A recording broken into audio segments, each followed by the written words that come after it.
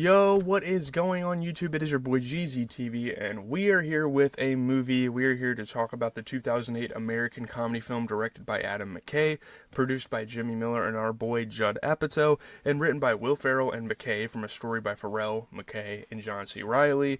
We have Step Brothers, and this is our introduction to Will Ferrell. And pretty much like Adam Sandler, this man was a huge part of the comedy movies that I grew up watching. Whether it be this film, you have Land of the Lost, you obviously have the Elf movie around Christmas time that's super iconic, and even some of his involvement in the animation world with him being in like Despicable Me, Curious George, the Lego movies. This guy was everywhere. You couldn't miss him. He was in so many movies, and there's obviously other iconic comedy movies that we're going to get to eventually that I haven't really seen that much of and haven't talked about on the channel, and I didn't mention in this video. This guy will always be up there with Hollywood's best, and I mean, is this one of his best roles though? We're just gonna have to find out. So getting into the premise, this movie follows Brennan Huff, played by Will Ferrell, and Dale Doback, played by John C. Reilly, who have one thing in common. They both are lazy, unemployed leeches who still live with their parents as 40-year-old men. They're pretty much in the middle of their damn lives, almost, and they're still with their parents. Brennan's mother and Dale's father sort of use this as a means to marry and move in together. It's so weird. Already from the start, it's fucking strange. The premise is very weird. Yeah, I'm not sure how having this thing in common was something to be prideful in and use as a spark to their relationship, but maybe that was kind of the comedy of it all, I guess. And this changes the two-man children's lives forever. The men children, I guess is what you could call them. I don't know how man-child would be used in a plural sense. But yeah, those two... yeah, it changes their lives, and obviously they have like an insane rivalry. They're trying to like compare each other to each other, and like, oh, I did this, oh, I had multiple jobs, I'm a good singer, I'm a good drummer, all this stuff. And there's a lot of narcissism. It kind of pulls this new family apart. All sorts of shenanigans and immaturities make their parents think maybe this wasn't such a good idea to get two extremely immature grown-ass men together and have them under the same roof. Kind of forces them to... Will Ferrell and John C. Reilly's characters see that this is happening, this family rift is happening, and they have to work together to reunite their parents. Will they come together as a family, or will they continue to be driven apart? That you will have to find out yourself. That's kind of what the movie is aiming for. So getting into the good, I don't like this movie particularly a lot. I think it's a bit more good than bad, but it's definitely simple enough to grasp onto as a concept, and I can appreciate the fact that it doesn't try to be woke and send subliminal messages, all these things that some comedies try to do, because this is a very casual genre when you're talking about comedy, and I don't need to be thinking much when I watch a movie like this. So they did well with that at kind of making you have a casual watching experience and viewing experience, and having you like sitting back and just enjoying yourself the whole time. Obviously the comedy is a bit weird, but you can still enjoy the movie and not have to think about things, and like make you kind of escape a little bit. Also, the concept is a pretty like cute concept, a pretty like wholesome concept. Two grown-ass men that can't let go of their childhoods. I can understand that, as can most people. Like, some of us don't want to grow up, and I feel like watching this movie allows you to be a kid again alongside what on the surface appears to be losers. Like, these guys are losers, but you're able to kind of follow their story and relive your childhood and, have some fun a little bit. And speaking of these losers, what they try to go for in this movie, no one could have played these roles better than Will Ferrell and John Reilly. I don't think there's any other actors in the damn world that could have done this better. So the casting was great. And with John Reilly, I wasn't really all that familiar with him as an actor, but this movie opened my eyes a little to his talents. And John C. Reilly hasn't really been in that many, like, extremely iconic movies. Obviously, you have this one, and he actually ended up being in Talladega Nights alongside Will Ferrell as well. And he was involved with, like, the Wreck-It Ralph franchise a little bit. But he's really not that iconic of an actor, and this movie really puts the spotlight on him well. And although, the comedy gets to be a little forced and cringy and annoying, I still think for that the actors do a good job at being as immature and as dumb as possible. Again, just playing these characters extremely well.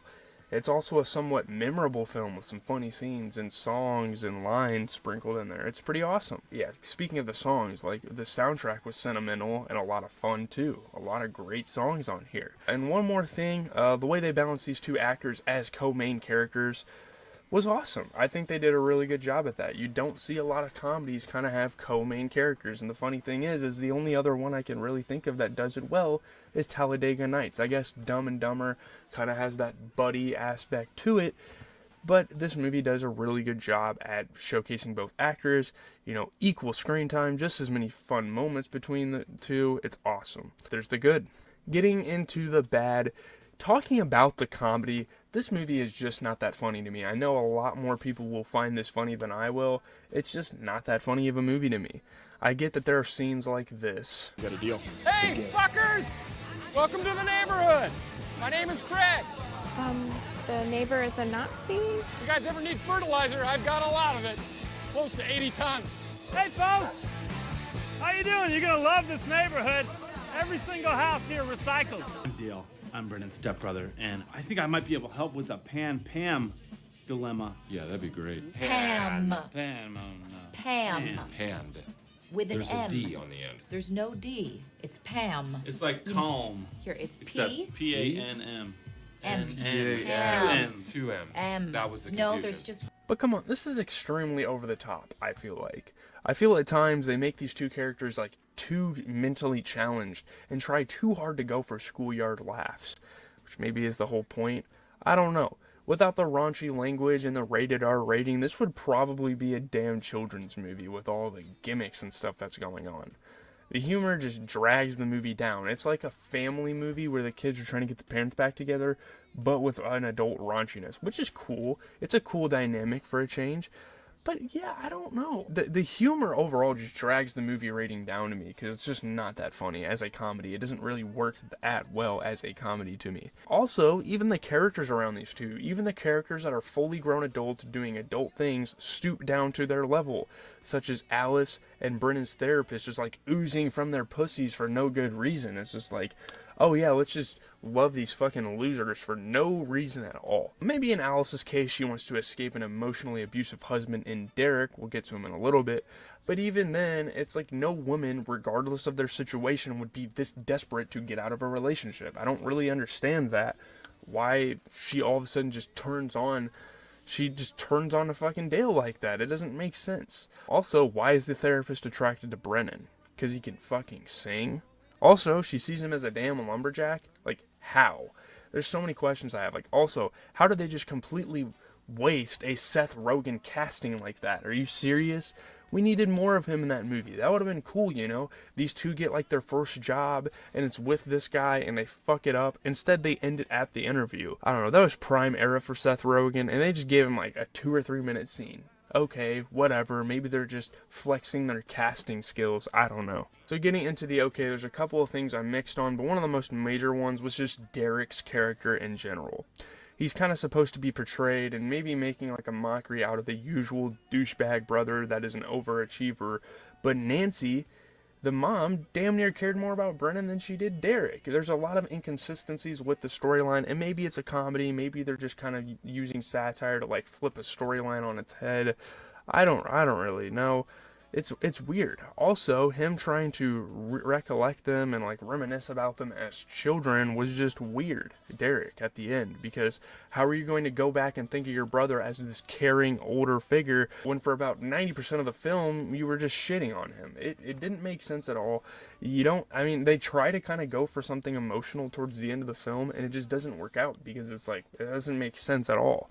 And sure, we're not supposed to get emotional over a comedy film, except for laughter. I don't know. There were a lot of weird character changes that I found a bit odd, like Richard, the dad, all of a sudden missing the childhoodness of the stepbrothers. I don't know if that's a word. When they literally cost him his marriage and an $80,000 boat. It's definitely interesting for sure. I don't really hate or love any of these sequences or these character changes. It's just extremely strange. So getting into the review, this rating may look crazy considering most people have it a lot higher, but I don't know, I just don't like this movie as much as other people. Some people, I've seen some reviews going around about this movie. It's in a lot of people's top fives, which I don't necessarily blame you for, because if you like that immature, goofy, stupid humor, I understand. It's like the best movie at doing that. It's even better than like Dumb and Dumber, you know? It's got that same kind of dynamic. I don't know if they do it better than Dumb and Dumber in my opinion, but I can see why people would think that.